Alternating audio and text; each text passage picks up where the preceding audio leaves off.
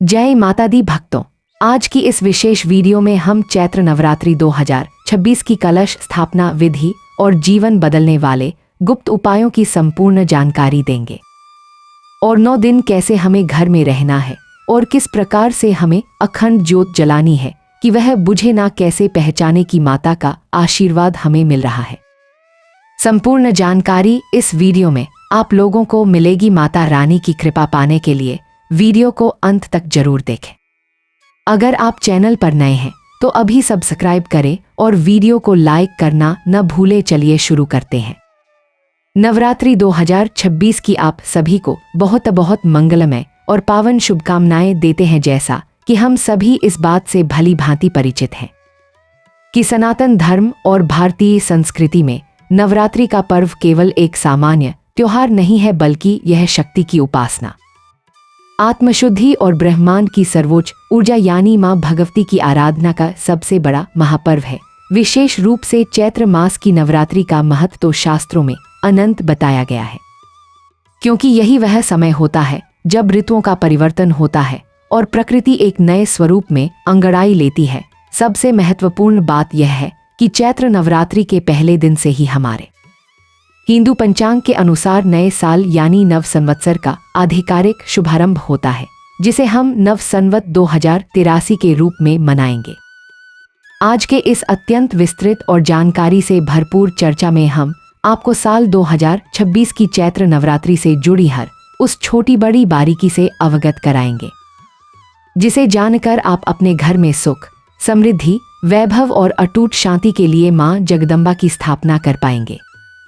भक्तों, साल 2026 में चैत्र नवरात्रि का यह अद्भुत उत्सव 19 मार्च गुरुवार के दिन से शुरू हो रहा है। ज्योतिष शास्त्र में गुरुवार का दिन देवगुरु बृहस्पति को समर्पित है, और जब शक्ति का महापर्व गुरु के सानिध्य में शुरू होता है तो वह ज्ञान, बुद्धि और सुख संपदा की प्राप्ति के लिए सर्वोत्तम माना जाता है। पंचांग की सूक्ष्म गणना के अनुसार चैत्र शुक्ल पक्ष की प्रतिपदा तिथि का उदय 19 मार्च को ही हो रहा है। अतः इसी दिन संपूर्ण भारतवर्ष में घट स्थापना की जाएगी। कलश स्थापना के लिए जो सबसे श्रेष्ठ और सिद्ध मुहूर्त निकलकर आ रहा है वह सुबह 6:52 से प्रारंभ होकर 7:43 तक रहेगा। यदि आप किसी अनिवार्य कार्यवश या यात्रा के कारण सुबह इस समय पूजा संपन्न नहीं कर पाते हैं तो शास्त्रों ने भक्तों की सुविधा के लिए अभिजीत मुहूर्त का विधान भी किया है, जो दोपहर 12:05 से शुरू होकर 12:53 तक रहेगा। इन शुभ समयों में यदि आप मां की चौकी सजाते हैं तो वह आपके परिवार के लिए सुरक्षा कवच का काम करती है। कलश स्थापनाएं की विधि को और अधिक गहराई से समझना अनिवार्य है, क्योंकि यही आपकी पूजा का आधार स्तंभ है। सबसे पहले अपने घर के उत्तर पूर्व कोने की, जिसे हम ईशान कोण कहते हैं, अच्छी तरह से साफ सफाई करें और वहां गंगाजल छिड़ककर उसे पवित्र करें। वहां एक सुंदर लकड़ी की चौकी रखें और उस पर लाल रंग का नया सूती या रेशमी वस्त्र बिछाएं।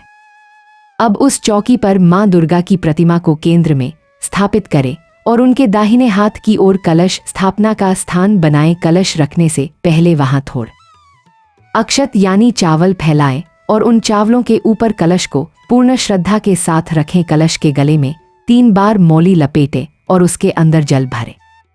जल में थोड़ा गंगाजल, 1 सुपारी, 1 सिक्का, अक्षत और थोड़ी दूर्वा घास डालें। अब आम के पत्तों को कलश के चारों ओर इस प्रकार सजाएं कि उनकी नोक ऊपर की ओर रहे। इसके बाद नारियल को लाल चुनरी में लपेटकर कलश के ऊपर इस प्रकार स्थापित करें कि नारियल का मुख हमेशा आपकी ओर रहे, क्योंकि नारियल का मुख साधक की ओर होने से सिद्धियां प्राप्त होती हैं। कलश को ब्रह्मांड का प्रतीक और समस्त देव शक्तियों का केंद्र माना जाता है, इसलिए इसकी स्थापना के समय मन में पूरी एकाग्रता और भक्ति का होना आवश्यक है। कलश स्थापना के तुरंत बाद अखंड ज्योत प्रज्वलित करने की परंपरा है। अखंड ज्योत को कभी भी नग्न भूमि पर न रखें। उसके नीचे हमेशा थोड़े चावल या फूलों की पंखुड़ियां बिछाएं। ज्योति जलाते समय दीप ज्योति पर ब्रह्म मंत्र का उच्चारण करें और माता से प्रार्थना करें कि हे जगजननी, यह ज्योति आपके दिव्य प्रकाश का स्वरूप है और जब तक मेरी यह साधना चले तब तक आप हमारे घर के भीतर और हमारे मन के भीतर व्याप्त अंधकार को मिटा दे। अखंड ज्योत की मर्यादा बहुत बड़ी होती है, इसलिए 9 दिनों तक घर को कभी भी अकेला न छोड़े और ज्योत में समय समय पर घी डालते रहें। इसके उपरांत मिट्टी के पात्र में जौ बोने की प्रक्रिया शुरू करें। जौ बोते समय मन में यह संकल्प करें कि जैसे जैसे ये बीज धरती को चीरकर बाहर आएंगे, वैसे ही मेरे जीवन की समस्त बाधाएं दूर होंगी और मुझे उन्नति के नए मार्ग प्राप्त होंगे। भक्तों, कलश स्थापना के पश्चात अब हम नवरात्रि के उन गुप्त और प्रभावशाली उपायों की चर्चा करेंगे जो आपकी आर्थिक तंगी, कर्ज की समस्या और पारिवारिक क्लेश को जड़ से मिटा सकते हैं। पहला उपाय उन लोगों के लिए है जिनके घर में बरकत नहीं रहती और पैसा पानी की तरह बह जाता है। आपको करना यह है कि नवरात्रि के पहले दिन कलश स्थापना के समय एक पीले कपड़े में 2 सुपारी और 2 चांदी के सिक्के बांधकर माता के चरणों में रख दें। 9 दिनों तक इनकी भी पूजा करें और नवमी के दिन पूजा संपन्न होने के बाद इन्हें अपनी तिजोरी में रख दें। आप स्वयं अनुभव करेंगे कि आपके धन के स्रोत बढ़ने लगे हैं। दूसरा उपाय उन लोगों के लिए है जो लंबे समय से किसी बीमारी से जूझ रहे हैं। नवरात्रि के 9 दिनों तक लगातार माता को लाल रंग का गुड़हल का फूल अर्पित करें और ओम दुर्गे नमः का 108 बार जाप करें। नवमी के दिन उस फूल को प्रसाद स्वरूप अपने पास रखें। यह स्वास्थ्य लाभ के लिए रामबाण माना गया है। तीसरा उपाय उन जातकों के लिए है जिनके विवाह में देरी हो रही है या वैवाहिक जीवन में तनाव है। उन्हें चाहिए कि नवरात्रि के दौरान माता को श्रृंगार की समस्त सामग्री जैसे चूड़ियां, बिंदी, सिंदूर और मेहंदी अर्पित करें और बाद में यह सामग्री किसी सुहागिन महिला को दान कर दें। इससे माता का विशेष आशीर्वाद प्राप्त होता है और मंगल दोषों का शमन होता है। अब हम विस्तार से चर्चा करेंगे मां दुर्गा के उन 9 दिव्य स्वरूपों की जिनकी पूजा इन 9 दिनों में की जाएगी। पहले दिन मां शैलपुत्री की पूजा होती है जो पर्वतराज हिमालय की पुत्री हैं और स्थिरता का प्रतीक हैं। इनकी पूजा से जीवन में दृढ़ता आती है। दूसरे दिन मां ब्रह्मचारिणी की आराधना की जाती है जो अनंत ज्ञान और तपस्या का स्वरूप है। इनकी कृपा से व्यक्ति को कठिन परिस्थितियों में भी धैर्य रखने की शक्ति मिलती है। तीसरे दिन मां चंद्रघंटा की पूजा का विधान है जिनके मस्तक पर आधे चंद्रमा का घंटा है और जो शत्रुओं का नाश करने वाली हैं। इनकी पूजा से आत्मविश्वास में वृद्धि होती है। चौथे दिन मां कुष्मांडा की आराधना होती है जिन्होंने अपनी मंद मुस्कान से ब्रह्मांड की रचना की थी।